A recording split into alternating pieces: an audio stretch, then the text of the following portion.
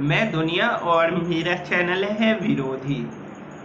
तो सबसे पहले मैं बात करूंगा इस समय जो ऐसा कंटेंट बना रहे हैं, क्योंकि वीडियो काफ़ी लेट आ रही है, मेरे को काफ़ी समय से खांसी जा ही नहीं रही। तो जैसे कि विलास जगदाले सर है, वो काफ़ी कुछ बताते हैं इन वीडियो के बारे में, और एक उनके अंदर अहंकार भी है कि मैं सबसे पहले बताता हूँ ये सब चीज़ें, मेरे से पहले किसी ने नहीं बताई ये सब चीज़ें। मतलब वही मैंने चंपक पढ़ी है। मतलब दुनिया में ना कई टाइप के लोग होते हैं, तो एक तरीके से वही है, कहते हैं लेटर लिख दो, लेटर किसको, डीएम को। मैं ये बता रहा हूँ कि जैसे ऑर्डर, हर चीज़ ना ऑर्डर पे डिसाइड होती है। तो हम चाहे किसी को भी लेटर लिख दें, लेकिन वो लेटर हम छोटे को ही लिखेंगे। वो कहते हो और जिला पंचायत को लिखो या डीएम को लिखो, डिस्ट्रिक्ट मजिस्ट्रेट। तो उससे क्या हो जाएगा, जब उसकी ऊपर की अथॉरिटी ही ने ऑर्डर उसे दे रखा है, तो अपने से ऊपर वालों को फॉलो करेगा या आपके लेटर को पढ़ेगा। जब आपकी आरटीआई वैलिड नहीं है, पूरा सिस्टम ऐसा है, तो लेटर क्या करेगा।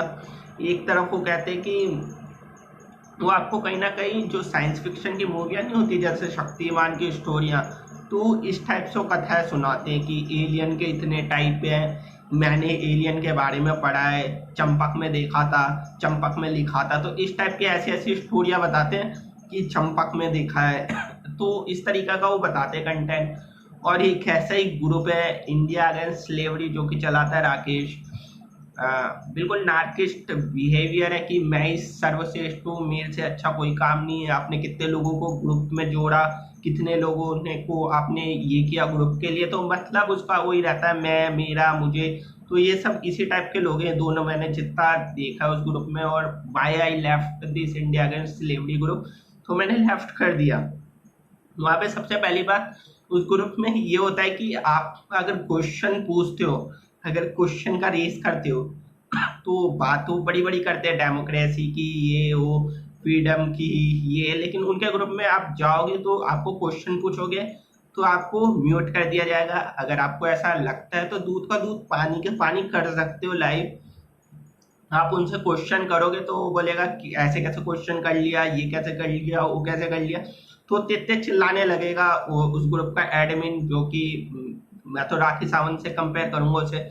तो तेते चिल्लाएगा, अपनी थोड़ी मोटिवेशनल बातें बोलेगा, फिर आपका माइंड एकदम प्रोग्राम करने लगेगा। तो इस तरीके से वो चलाता है ग्रुप को। बिल्कुल नार्किस्ट बिहेवियर है, जो कहता है कि मैं ही हूँ, मैंने सब में, ऐसा ग्रुप कोई होगा ही नहीं। तो वो तो उसका वो है। और वहाँ पे तरह तरह की बातें चलती रहती है कि मैं बादलों को रोक सकता हूँ। मतलब एक हद ही पार हो जाती है। कोई नियोग राय आए थे उस ग्रुप में, उन्होंने तो सारी, मतलब उनके, मेरे को नॉलेज पे कोई शक नहीं है, लेकिन जब वो बातें ऐसी करते हैं कि मैं बादलों को रोक सकता हूँ, तो मतलब ये तो पूरी हास्यास्पद बातें होती है। और फिर लोग भी मानने लग जाते हैं इन सब बातों को, क्योंकि वहाँ पे ना हाँ में हाँ मिलाने वाले हो रखे हैं ग्रुप में। क्योंकि उस ग्रुप में, क्योंकि एक समूह बन रखा है, 4 से लेके 10 20 इस तरीके के लोग जोड़ रखे हैं। कोई उसमें काउंटर क्वेश्चन करता है तो एकदम से चिल्लाने लगते हैं, सबके सब बड़बड़ाने लगते हैं, जैसे होता है ना। तो उसमें इस बात का एटीट्यूड है। तो आता हूँ अपने टॉपिकों पे, क्योंकि बहुत सारे लोग इस समय देख रहे हैं कि क्या स्थिति बनी हुई है। क्योंकि तालिबान का एक इशू इस समय बहुत चरम पे चला हुआ है, क्योंकि हर कोई तालिबान दिखा रहा है।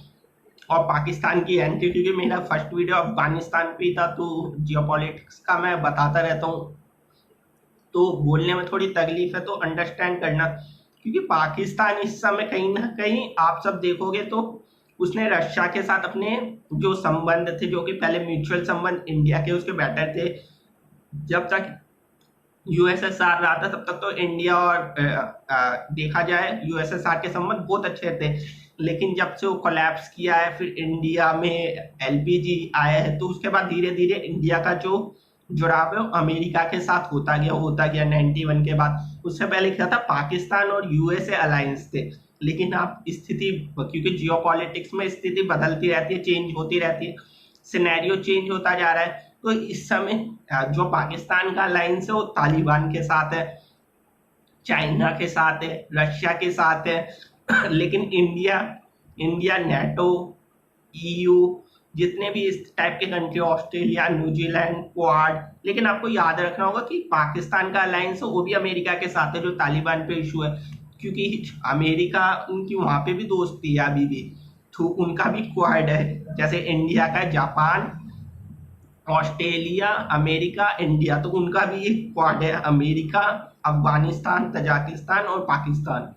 तो ये कहना कि अमेरिका पाकिस्तान का साथ नहीं देता अभी भी, तो ये कहना गलत होगा। और तालिबान में जो कर रहा है अफगानिस्तान में, क्योंकि वहाँ का मैं बता चुका हूँ, क्योंकि अशरफ गनी इस समय मदद मांग रहे हैं इंडिया से, क्योंकि अफगानिस्तान में जितने भी फौजी मिलिटेंट्स है, ट्रूप्स है, वो अमेरिका के जाने वाले हैं, शिफ्ट कर रहे हैं। वो इंडिया की मदद, अगर इंडिया ने तालिबान को हटाने के लिए वहाँ पे अशरफ गनी की मदद हेल्प करी, तो ये हो सकता है इंडिया के लिए भी खतरनाक हो, क्योंकि उसका कब्जा है, क्योंकि वहाँ पे अमेरिका की फौज, वहाँ की, क्योंकि जो एरिया होता है जहाँ पे जो लोग रहते हैं उन्हें अच्छे से पता होगा, सरफेस की नॉलेज वहाँ पे किस तरीके से, तो इंडिया कितनी चढ़ाई कर पाएगा। हो सकता है इंडिया अपने ट्रूप्स भेज दे अफगानिस्तान में, लेकिन शायद उन्हें भी शायद हार के आना पड़ेगा। फिर उसके बाद जो रिएक्शन होगा पॉलिटिकली और स्थिरता तो वो देखने लायक होगी, क्योंकि तालिबान इस समय काफी स्ट्रॉन्ग स्थिति में है, जिसे बनाने में बहुत बड़ा योगदान कहीं ना कहीं यूएसए का ही है, क्योंकि उसने इसे इतने हथियार सप्लाई करे हैं बैकडोर से, क्योंकि पाकिस्तान के थ्रू, क्योंकि पाकिस्तान की हेल्प उस समय अमेरिका ही करता था, अमेरिका फिर चाइना ने उसकी हेल्प करी, तो तालिबान इस समय स्ट्रांग है। लेकिन अभी खतरा पाकिस्तान के लिए भी, क्योंकि वो डोरेंट लाइन को नहीं मानता। डोरेंट लाइन पाकिस्तान और अफगानिस्तान के बीच में बॉर्डर का काम करती है, वहाँ पे पश्तून एरिया है, तो पश्तूनों का कहीं ना कहीं एथनिसिटी कलर्जी देखेंगे, तो अफगानिस्तान में जो इस समय एथनिसिटी है वो कहीं ना कहीं उसे भी अपना पूरा एरिया मानता है, वहाँ पे वैसे भी विवाद है। तो इस समय कहीं ना कहीं ये मिडल ईस्ट और ये साउथ, ये जितना भी एरिया है एशिया का सब कॉन्टिनेंट, यहाँ पे की स्थिति क्योंकि बिगड़ रही है, क्योंकि यूएई सऊदी अरब के रिलेशन इस समय आप देखोगे काफी बिगड़ चुके हैं। और रही बात इस समय पूरी दुनिया के हालचाल की, आप देखोगे चाइना ने इतना रिस्ट्रिक्शन कर दिया है कि क्योंकि सीसीपी मॉडल सारी दुनिया में लाया जाएगा। कम्युनिस्ट एक तरीके से चाइनीज कम्युनिस्ट पार्टी रिजीम एक तरीके से उन्हें ऑर्डर दे रखा है वहाँ पे हर चीज, क्योंकि आप एक बच्चे हो, छोटे बच्चे हो, तो आपको ऐसा कहा गया है कि आप गेम ज्यादा नहीं खेल लोगे, लेकिन इसके पीछे क्या है कि आपका फेशियल रिकॉग्नाइजेशन होगा। इस समय वैसे ही सारी दुनिया में बात चल रही है पेगासस स्पाईवेयर की, लेकिन वहाँ पे तो पहले से ये सब चल रहा है। चाइना में हर तरीके से सर्विलांस की जा रही है, कौन कितना टाइम बिता रहा है, कौन क्या कर रहा है। तो एक तरीके से ये सब इंडिया में भी होगा, जो मैं बहुत पहले से बोलता आ रहा हूँ कि आप पे साइड पे नजर रखी जा रही है। लेकिन इन्हें जब आर्टिकल नजर आते हैं, आर्टिकल 21 पुट्टास्वामी केस, ये सब तब नजर आते जब बड़े बड़े अपोजिशन लीडरों की जासूसी होती है या सर्विलांस के थ्रू बात करी जाती है। लेकिन जब आम नागरिक जो सिटीजन है, पूरी दुनिया की मैं बात कर रहा हूँ, सबकी जासूसी हो रही है, कहीं ना कहीं प्राइवेसी नाम की कोई चीज बची ही नहीं है इस समय। प्राइवेसी एक तरीके से हुक्स है, क्योंकि सब लोगों पे कुछ भी नजर जब मर्जी बैठाई जा सकती है, क्योंकि आपका जो फोन है उसमें तरह तरह के वायरस इंजेक्ट कर दिए जा सकते हैं, मालवेयर इंजेक्ट कर दिए जा सकते हैं, तरह तरह के लिंक के थ्रू और किसी भी थ्रू कुकीज के थ्रू आपके फोन पे पूरी तरीके से नजर बनाई जा सकती है।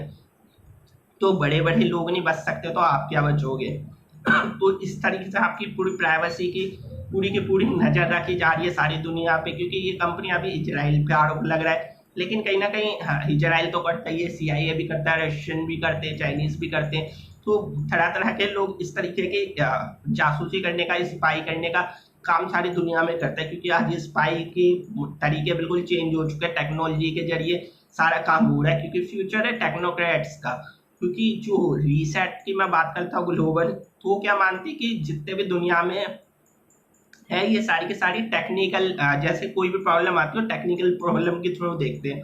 तो आने वाला भविष्य जो वो बनाना चाहते हो टेक्नोक्रेट्स के हिसाब से बनाएंगे, सारी दुनिया चलाएंगे और टेक्नोक्रेट्स चलाएंगे, क्योंकि टेक्निकल एक्सपर्ट ये जितने भी अभी आप देखते हो सर्विसेज की जॉब, इसमें भी बहुत कम बचेंगे, क्योंकि आने वाले टाइम में यूनिवर्सल बेसिक इनकम लाना है उन्हें, तो इसका मॉडल आ चुका है। और इजराइल की आप बात करोगे, इजराइल में तो आप देखोगे जिनको 2 डोज लग चुके थे उसके बाद भी 85% लोग ऐसे हैं जो न्यू वेरिएंट का शिकार हुए हैं। जो कि इंडियन वेरिएंट है, भारतीय वेरिएंट जिसका नाम कहा जा रहा है डेल्टा फेल्टा। तो इस तरीके से उनको उसके लगाने के बाद भी कुछ बेनिफिट हुआ नहीं वैसे देखा जाए। तो यही हाल इंडिया में हुआ है। इंडिया में करीब 25% लोगों ने एक लगा ली, 6 to 7% ने बूथ लगा ली। लेकिन इंडिया में हर्ड इम्यूनिटी देखी जाए 67% लोगों की तो वैसे ही बोली जा रही है। तो कहीं ना कहीं ये एक तरीके से पूरा गेम इसके पीछे बहुत बड़ा चल रहा है। जिन लोगों ने लगवा ली, जिन लोगों ने नहीं लगवाई, और इस समय काफी वो चल रहा है क्योंकि जो फ्रांस में इस समय किया है मैक्रोन की गवर्नमेंट ने, तो उसके खिलाफ तो काफी प्रदर्शन हो रहे हैं क्योंकि उन्होंने कहा कॉफी शॉप या कुछ भी और रेस्टोरेंट वहां पे आपको पास दिखाना होगा। तो ये सब अगर नियम इंडिया में भी आएंगे, इंडिया में तो शायद विरोध होगा नहीं, लेकिन अगर आपको बाहर जाना है तो आपको पास दिखाना जरूरी होगा। तो मेरा क्वेश्चन है गवर्नमेंट से इंडिया में, तो क्योंकि जो पासपोर्ट आ रहा है बन के, तो वो क्या हाथ में लेके घूमेंगे, या इंडिया में तो डिजिटल फोन चलाना ही नहीं आता लोगों को। मैं उदाहरण दूंगा, मोदी की माँ को ही चलाना नहीं आता होगा फोन चलाना गारंटी है, तो वो कहाँ से दिखाएगी किसी को।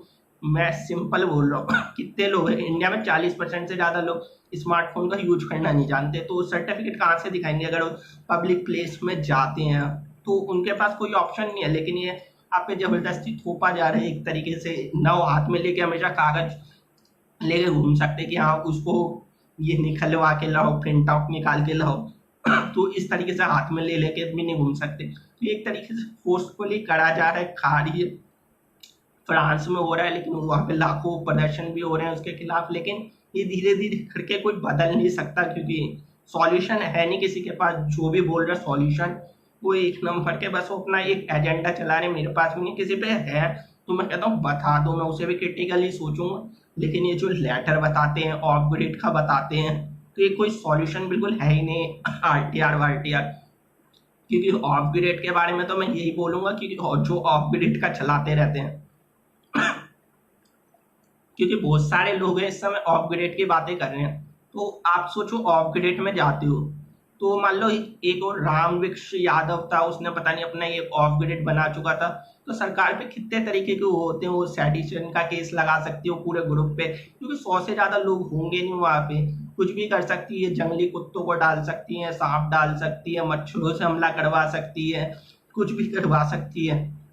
तो क्या कर लोगे आप, क्योंकि और हो सकता है वहां पे फ्लड आ जाए तो क्या करोगे आप, एरिया चेंज करोगे। तो ये जो ऑफ ग्रिड का जो सोच रहे हैं, ये इसके पीछे बहुत बड़ा गेम है और एक बहुत बड़ा हुआ है।